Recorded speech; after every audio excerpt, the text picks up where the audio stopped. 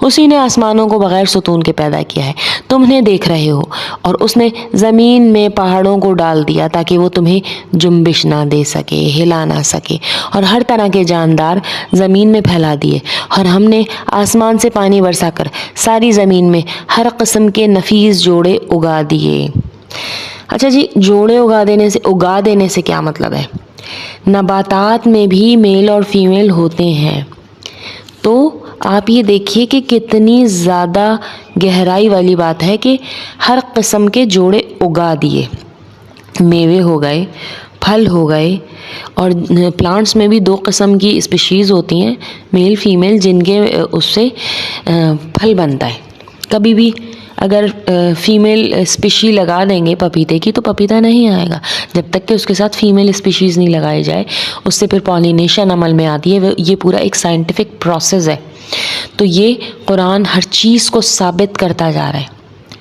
تمام آیتیں 80% آیتیں محکم ہو چکی ہیں، بلکہ اس سے زیادہ، اب 20% رہ گئی ہیں جو کہ جنت، دوزخ، ملائکہ، تو پھر لوگ کس طرح سے اس کا انکار کر سکتے ہیں؟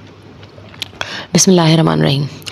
یہ ہے اللہ کی مخلوق، اب تم مجھے اس کے سوا کسی دوسرے کی مخلوق تو دکھاؤ۔ اب اللہ تعالیٰ کا چیلنج ہے، کن کے لیے؟ جن کی تم عبادت کرتے ہو، جن کے ساتھ تم شرک کرتے ہو، کچھ نہیں بلکہ یہ ظالم کھلی گمراہی میں ہے۔ اور ہم نے یقیناً لقمان کو حکمت دی تھی کہ تو اللہ کا شکر کر، ہر شکر کرنے والا اپنے ہی لیے، اپنے ہی فائدے کے لیے شکر کرتا ہے،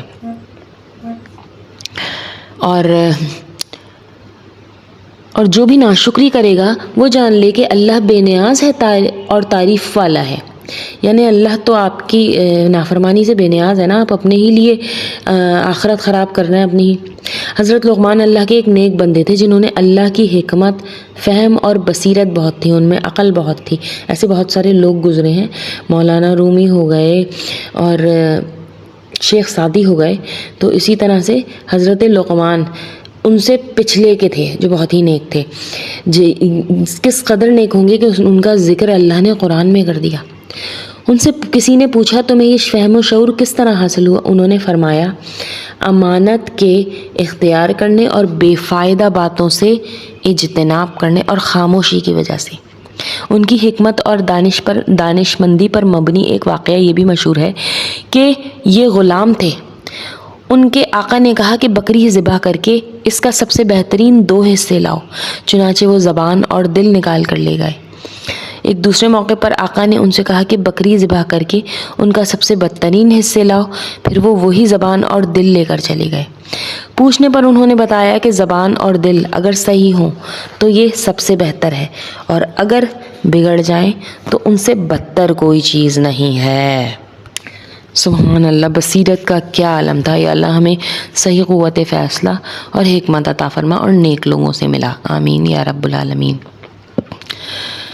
اور جب کہ لقمان نے واعظ کہتے ہوئے اپنے لڑکے سے فرمایا، یعنی واعظ نصیحت کرتے ہوئے، کہ میرے پیارے بچے اللہ کے ساتھ کسی کو شریک نہیں کرنا۔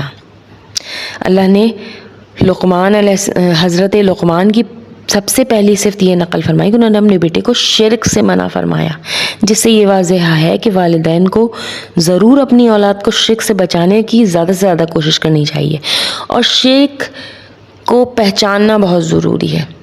جب شرک کو پہچان کروا دیں گے آپ اپنی اولاد کو بھی، تو وہ پہچان جائیں گے کہ ہم کہاں شرک میں مبتلا ہو رہے ہیں۔ یہ بعض کے نزدیک حضرت لقمان کا قول ہے اور بعض نے اسے اللہ کا قول قرار دیا۔ وہ کیا ہے قول؟ وہ یہ ہے کہ بے شک شرک بھاری ظلم ہے، ان الشرک لظلم عظیم، بہت بڑی آیات ہے شرک کے لیے۔ ان الشرک لظلم، ظلم عظیم ہے اپنی ذات پر، اور گناہ اکبر ہے شرک۔ اور ہم نے انسان کو اس کے ماں باپ کے متعلق نصیحت کی ہے۔ اس کی ماں نے دکھ پر دکھ اٹھا کر اسے حمل میں رکھا اور اس کی دودھ چھڑائی 2 برس میں ہے کہ تو میرے اپنے ماں باپ کی شکر گزاری کر، تم سب کو میری ہی طرف لوٹ کر آنا ہے بے شک۔ اور اگر وہ تجھ پر اس بات کا دباؤ ڈالیں کہ میرے ساتھ شریک کرے جس کا تجھے علم نہ ہو تو ان کا کہنا نہیں ماننا، یعنی ماں باپ کہ اگر شرک کا حکم دیں تو آپ ان کی نافرمانی کر سکتے ہیں، آپ ان کو منع کر سکتے ہیں، جس طرح حضرت ابراہیم علیہ السلام نے اپنے باپ آزر کے خلاف جا کے ان سے قطع تعلق تک کر لیا تھا، جس کا اللہ نے سختی سے منع فرمایا۔ ہاں، دنیا میں ان کے ساتھ اچھی طرح بسر کرنا، لیکن رویہ اچھا رہے گا، ٹھیک ہے، اور اس راہ پر چلنا جو میری طرف جھکا ہوا ہو، جو راہ اللہ کی طرف جاتی ہے، مومنین کی راہ ہے، اسی پر چلنا ہے۔ تمہارا سب کا لوٹنا میری طرف ہے، جو کچھ تم کرتے ہو اس پر پھر میں تمہیں خبردار کر دوں گا۔ پیارے بیٹے، اگر کوئی چیز رائی کے دانے کے برابر ہو، پھر وہ بھی خواہ کسی چٹان میں ہو، آسمان میں ہو یا زمین میں ہو، اللہ اسے ضرور لائے گا۔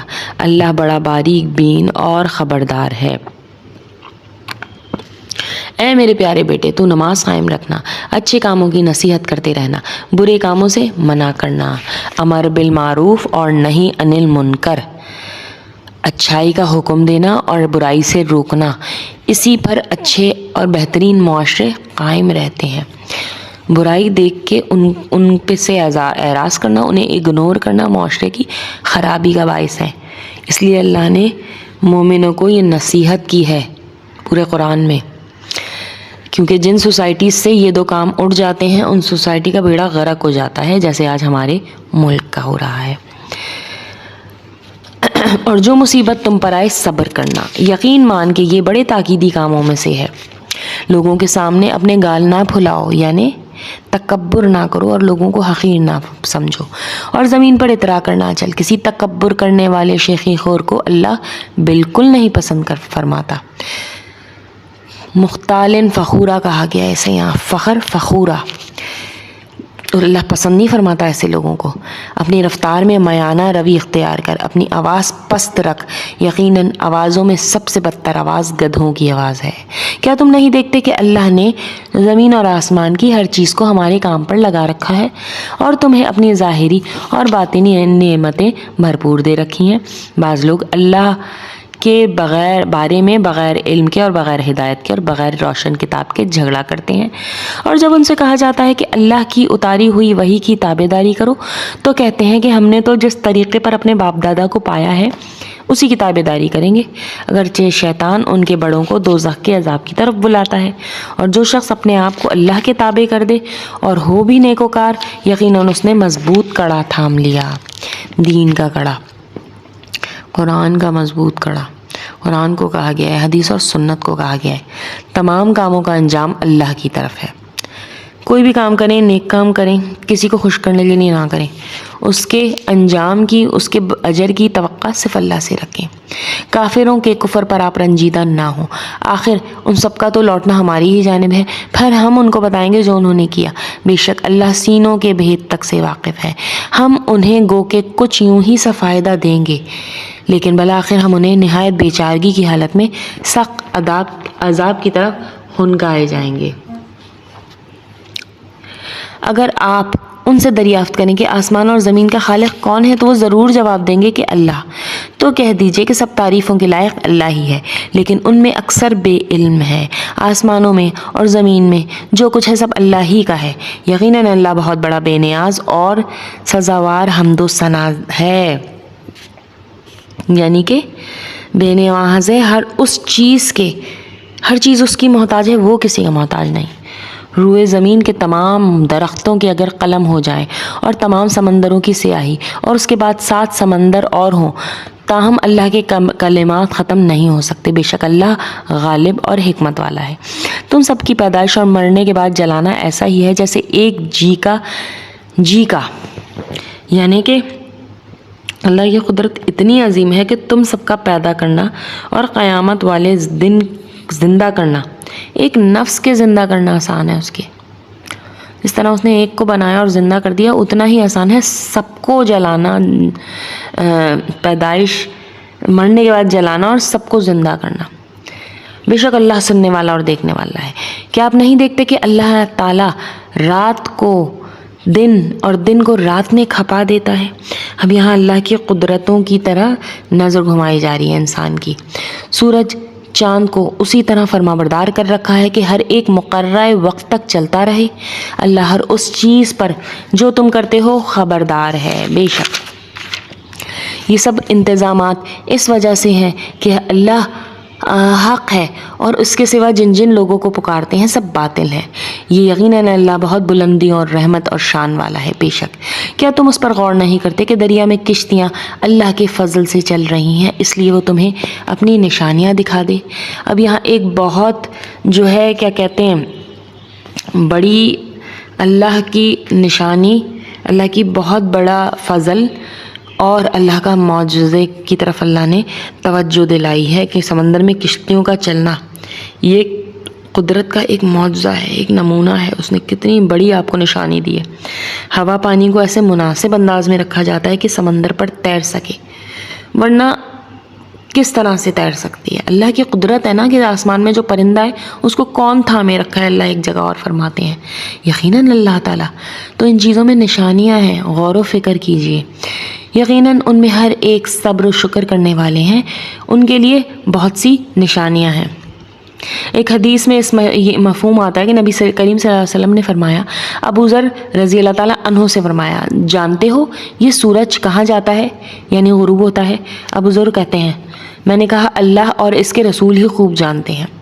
فرمایا اس کی آخری منزل عرش الہی ہی ہے، یہ وہاں جاتا ہے اور زیر عرش سجدہ ریز ہوتا ہے، پھر وہاں سے نکلنے کی اپنے رب سے اجازت مانگتا ہے۔ وہ وقت آئے گا کہ اس کو کہا جائے گا کہ تو جہاں سے آیا ہے وہیں لوٹ جا، تو وہ مشرق سے طلوع ہونے کے بجائے مغرب سے ہی طلوع ہوگا، جیسا کہ قرب قیامت کی علامات میں آتا ہے۔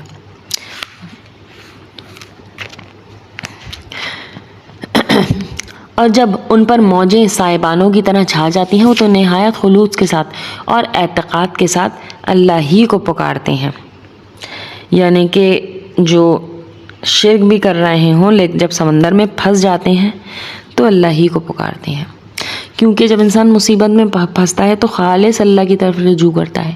پھر جب وہ باری تعالیٰ انہیں نجات دے کر خشکی کی طرف پہنچاتا ہے تو کچھ ان میں سے اعتدال پر رہتے ہیں اور ہماری آیتوں کا انکار تو صرف یعنی اس پر قائم رہتے ہیں، اور ہماری ان آیتوں کا انکار صرف وہی کرتے ہیں جو بدعہد اور ناشکرے ہوں۔ لوگوں اپنے رب سے ڈرو اور اس دن کا خوف کرو جس دن باپ اپنے بیٹے کو کوئی نفع نہیں پہنچا سکے گا اور نہ بیٹے اپنے باپ کا ذرا بھی نفع کرنے والا ہوگا۔ یاد رکھو اللہ کا وعدہ سچا ہے۔ دیکھو وہ تمہیں دنیا کی زندگی دھوکے میں نہ ڈالے اور نہ دھوکے باز شیطان تمہیں دھوکے میں ڈالے۔ بے شک اللہ تعالیٰ ہی کے پاس قیامت کا علم ہے، وہی بارش نازل فرماتا ہے۔ ماں کے پیٹ میں جو ہے اسے جانتا ہے، کوئی بھی نہیں جانتا کہ کل کیا کچھ کرے گا، نہ کسی کو معلوم ہے کہ کس زمین میں مرے گا۔ یاد رکھو اللہ پورے کس زمین میں مرے گا۔ حدیث میں آتا ہے کہ 5 چیزیں غیب میں ہیں جنہیں اللہ کے سوا کوئی نہیں جانتا۔ قرب قیامت کی علامات تو نبی نے فرمائی ہیں، لیکن قیامت کے وقوع ہونا کا علم صرف اللہ کے علاوہ کسی کو نہیں ہے، نہ کسی فرشتوں کو، نہ کسی نبی مرسل کو۔ اور دوسرے نمبر پہ ہے بارش کا معاملہ بھی ایسا ہی ہے۔ آثار سے کہا تو جا سکتا ہے بارش ہوگی، لیکن یہ بات کوئی اور نہیں جانتا اللہ کے سوا کہ بارش ہوگی یا نہیں ہوگی۔ بعض اوقات محکمہ موسمیات اعلان کرتے ہیں لیکن بارش نہیں ہوتی۔ نمبر 3 رحم مادر میں کیا ہے؟ مشینی ذرائع سے جنسیت کا اندازہ تو لگایا جا سکتا ہے، لیکن اکثر و بیشتر وہ اندازے غلط ہوتے ہیں۔ ماں کے پیٹ میں ماں کے پیٹ میں اگر اندازہ لگا بھی لیں تو ماں کے پیٹ میں نشو نما پانے والا بچہ نیک بخت ہے یا بدبخت ہے، یا اچھا ہوگا، کس شکل کا ہوگا، کس رنگ کا ہوگا، ان سب باتوں کا علم اللہ کو ہے۔ نمبر 4 انسان کیا کرے گا، وہ دین کا معاملہ ہوگا یا دنیا کا ہوگا، کسی کو آنے والے کل کے بارے میں نہیں پتا۔ اور نمبر 5 موت کہاں آئے گی، گھر میں، گھر کے باہر، وطن میں، دیار غیر میں، جوانی میں، بڑھاپے میں، آرزوؤں اور خواہشات کی تکمیل کے بعد آئے گی یا اس سے پہلے ہی آ جائے گی، کسی کو نہیں معلوم۔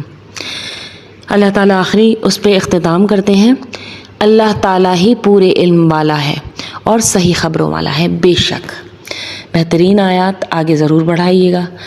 ربنا تقبل منا انک انت السمیع العلیم۔ السلام علیکم۔